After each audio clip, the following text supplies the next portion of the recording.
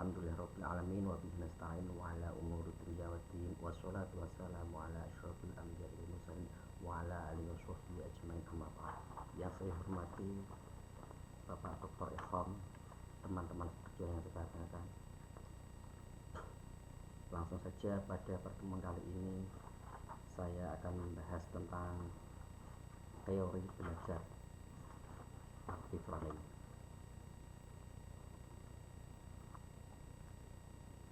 Pendidikan menggambarkan interaksi pendidik dengan peserta didik guna mencapai visi pendidikan yang berlangsung dalam lembaga pendidikan formal maupun non-formal.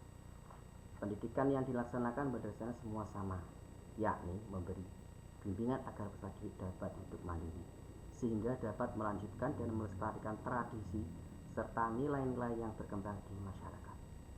Melalui pendidikan yang terprogram dan terkelola dengan baik dan intensif, titik optimum usaha pendidikan akan terwujud. Pendidikan dikatakan berhasil apabila mampu mengubah tingkah laku manusia ke arah yang positif.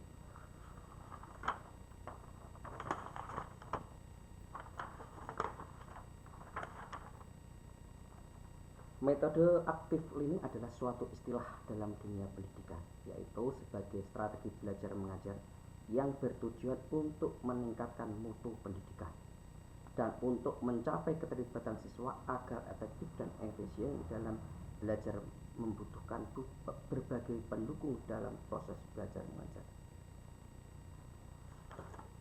Menurut Nancy Berman, metode active learning merupakan sebuah kesatuan sumber kumpulan strategi-strategi pembelajaran yang komprehensif yang meliputi berbagai cara untuk membuat peserta didik menjadi aktif. Metode active learning merupakan konsep yang sukar didefinisikan secara tegas, sebab semua cara belajar itu mengandung unsur keaktifan dari peserta didik, meskipun kadar keaktifnya itu berbeda. Keaktifan dapat muncul dalam berbagai bentuk, bersebagaimana yang telah dikemukakan di atas. Akan tetapi kesemuanya itu harus dikembalikan kepada satu karakteristik keaktifan dalam rangka active learning strategi, yaitu keterlibatan intelektual, emosional dalam kegiatan belajar mengajar yang bersangkutan asimilasi akomodasi kognitif dalam pencapaian pengetahuan. Yang dimaksud dengan metode active learning adalah salah satu cara atau strategi belajar mengajar yang menuntut aktifan serta partisipasi peserta didik dalam setiap kegiatan belajar seoptimal mungkin, sehingga peserta didik mampu mengubah tingkah lakunya secara efektif dan efisien.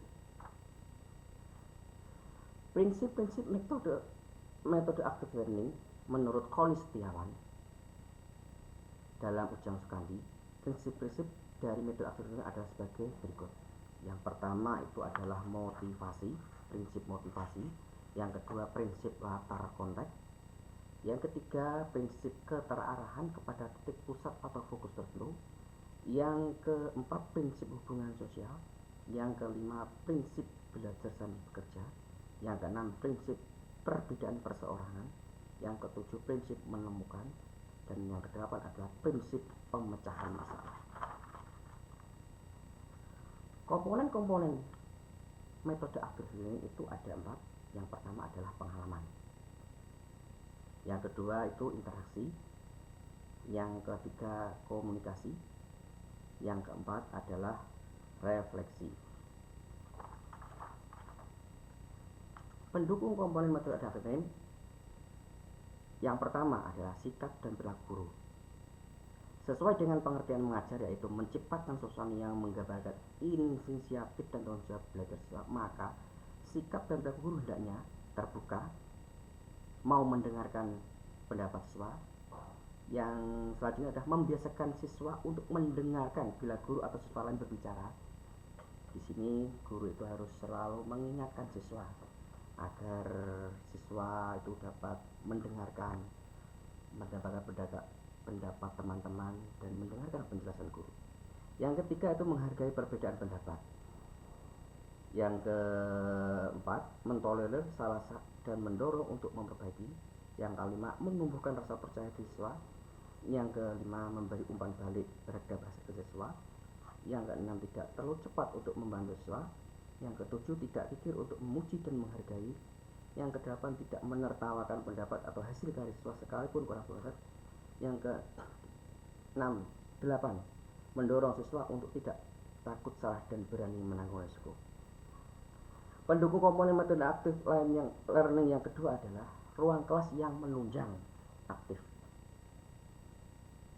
Dalam ruang kelas itu harus berisikan banyak sumber belajar seperti buku dan benda nyata. Yang kedua, berisi banyak alat bantu belajar seperti media atau alat peraga.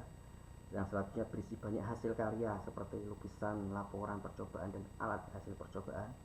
Yang keempat, letak bangku dan meja diatur sedemikian rupa sehingga siswa leluasa untuk bergerak. Model dan langkah-langkah penerapan metode active learning dalam belajar pendidikan agama Islam. Yang pertama adalah pembelajaran terbimbing. Dalam teknik ini, guru menanyakan satu atau lebih pertanyaan untuk membuka pengetahuan mata pelajaran atau mendapatkan hipotesis atau kesimpulan mereka, atau kemudian memilahnya ke dalam kategori-kategori.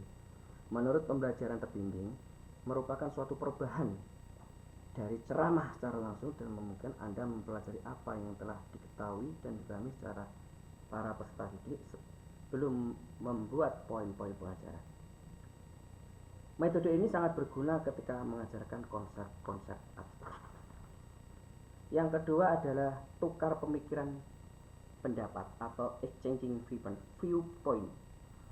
Kegiatan ini dapat digunakan untuk merangsang keterlibatan segera dalam materi pelajaran Anda. Strategi ini juga memperingatkan peserta didik agar menjadi pendengar yang hati-hati dan membuka diri mereka sendiri terhadap berbagai macam sudut pandang. Yang ketiga, belajar melalui jigsaw. Jigsaw learning merupakan sebuah teknik dipakai secara luas, memiliki kesamaan dengan teknik pertukaran dari kelompok ke kelompok dengan suatu perbedaan penting. Setiap peserta didik mengajarkan sesuatu. Ini adalah alternatif menarik. Ketika ada materi dipelajari, dapat disingkat atau dipotong, dan di saat tidak ada bagian yang harus diajarkan sebelum yang lain. Setiap peserta didik mempelajari sesuatu yang dikombinasi dengan materi yang telah dipelajari oleh peserta didik lain. Terus metode active learning yang terakhir adalah perdebatan aktif atau active debate. Satu perbedaan dapat menjadi sebuah metode beragam untuk mengembangkan pemikiran dan refleksi, khususnya jika peserta didik diharapkan mengambil posisi yang bertentangan dengan pendapatnya. Ini adalah sebuah strategi untuk suatu perdebatan yang sangat aktif, melibatkan setiap peserta didik dalam kelas, bukan hanya orang-orang yang berdebat. Kelebihan dan kekurangan active learning. Kelebihan dari active learning diantaranya sebagai berikut. 1. Dengan cara belajar active learning, peserta didik dapat belajar dengan pendekatan yang menyenangkan, sehingga materi sesulit apapun siswa tidak akan merasa sulit. Yang kedua, dengan belajar yang secara aktif, aktivitas yang ditimbulkan dalam active learning dapat meningkatkan daya ingat peserta didik. Karena penggunaan media, gerakan, dan praktek langsung dapat mengikat pengetahuan dan meningkatkan daya ingat pada memori jangka panjang. Active learning dapat memotivasi peserta didik lebih maksimal sehingga dapat menghindarkan peserta didik dari sikap malas, mengantuk, dan melamun dalam proses pembelajaran daring. Di samping ada kelebihan dari belajarnya aktif, juga ada kekurangannya. Yang pertama, situasi dan kondisi ribut di kelas akibat dari aktivitas yang ditimbulkan oleh active learning justru seringkali dapat mengacaukan suasana pembelajaran. Yang kedua, konsep pembelajaran active learning menyenangkan juga dapat membuat peserta didik lebih condong hanya untuk bermain dan melupakan tugas utamanya untuk belajar. Yang ketiga, terbatasnya waktu pembelajaran. Yang keempat, memungkinkan bertambahnya waktu untuk persiapan. Yang kelima, ukuran kelas yang besar. Yang keenam, jumlah peserta didik yang kurang ideal. Yang ketujuh, serta keterbatasan materi, peralatan, dan sumber daya.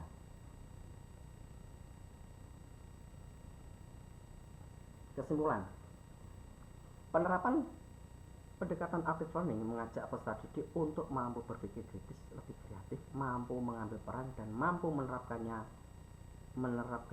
Pembelajaran yang menggembirakan sangat penting untuk menarik minat peserta didik dalam menyerap dan menginterpretasikan pelajaran yang telah disampaikan oleh pendidik. Dengan mengontekstualkan materi pelajaran PAI dengan materi yang lain akan membuat pemahaman peserta didik menjadi lebih menyeluruh dan mengintegrasikannya dengan mata pelajaran lain yang dapat dengan mudah untuk dipahami. Ketika seorang peserta didik memahami materi yang diterima, maka pendidik bisa memastikan bahwa peserta didik tersebut mampu mengkontekstualkan materi tersebut. Kreativitas dan kejelian pendidik terhadap kondisi sosial dan budaya harus mampu mengilustrasikan materi PAI agar materi tidak terkesan ketinggalan zaman dan mampu diterapkan dalam keadaan dan kondisi yang sesuai. Hal ini juga untuk memudahkan peserta didik dalam pemahaman materi serta implementasinya dalam kehidupan nyata. Demikian makalah yang dapat saya sampaikan. Apabila ada kekurangan saya mohon bimbingannya. Akhirul kalam. Wassalamualaikum warahmatullahi wabarakatuh.